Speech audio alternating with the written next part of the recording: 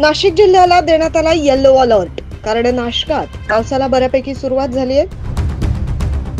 सध्या नाशिक जिल्ह्यासह शहरात जोरदार पाऊस सुरू आहे. मागील 24 तासात तब्बल 21.6 मिलीमीटर पावसाची नोंद झाली आहे. हवामान विभागानं जिल्ह्यात अजूनही पुढील 2 ते 3 दिवस मध्यम पावसाची शक्यता वर्तवली.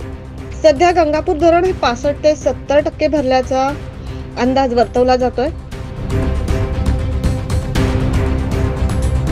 आणि हवामान खात्याने वर्तवलेला अंदाज यामुळे नागरिकांनी काळजी घेण्याची आणि अलर्ट राहण्याची विनंती प्रशासनाच्या वतीनं करण्यात आली आहे.